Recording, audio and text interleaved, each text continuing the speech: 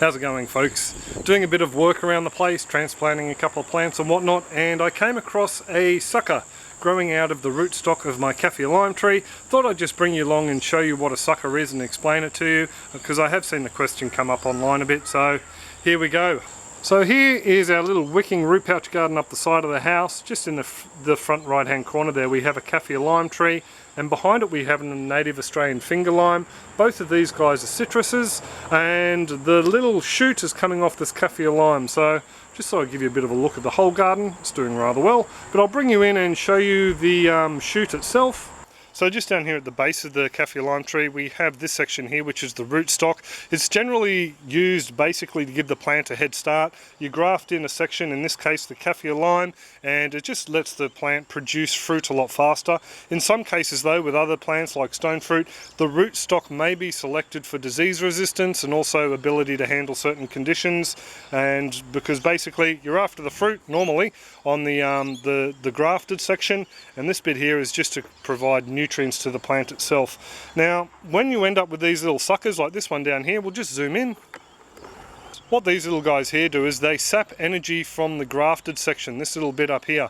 So they're basically using up energy that could be put into leaf production in the kaffir lime case, or say in the Tahitian lime, it's taking up nutrients that could go into making fruit itself. Now this little sucker that's growing out is definitely different to the kaffir lime. It's got these little 3-finger clover style leaves and these really nice big thorns. The thorns are probably about 12 mil or about ½ an inch long, whereas the thorns on the kaffir lime are just at the base of the leaf section.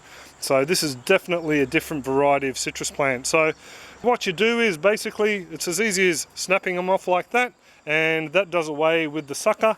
And just cover him up there with a bit of mulch, and yeah, Bob's your uncle. Hopefully all the rest of the energy will go into the grafted section up the top here, and no more suckers will pop up. If they do, it's just as easy as coming along and snapping them off like that one. I'll just leave him there as a bit of mulch, but yeah, very easy to look after. You definitely want to nip these guys off. If too many occur and you end up with a lot of sprouts coming out of this rootstock, it can take so much energy away from the grafted section that it dies back. Just something I wanted to point out over here on our native finger lime. Where the graft is, it's a good idea to have it a fair way out of the soil. I selected this one with a fairly long rootstock section. The reason is if it gets covered by soil, you do tend to get a few more shoots come out the side from the rootstock.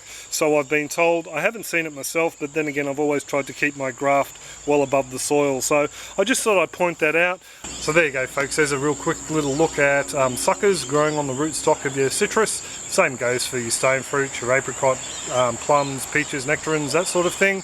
And there really aren't a big problem unless they do take over the whole rootstock, suck the life out of your grafted section, and basically, you know, reduce your yield that you're going to obtain from that. So I hope that has helped. So as always, feel free to leave any comments, questions or suggestions in the comment section below, and I'll get back to you where I can. Also too, feel free to hit that subscribe button and you'll get a notification every time we post a clip via email, and you can come along and see what we're doing in our small urban farm. Hope everyone is well and happy, and I'll catch you next clip. Cheers, folks.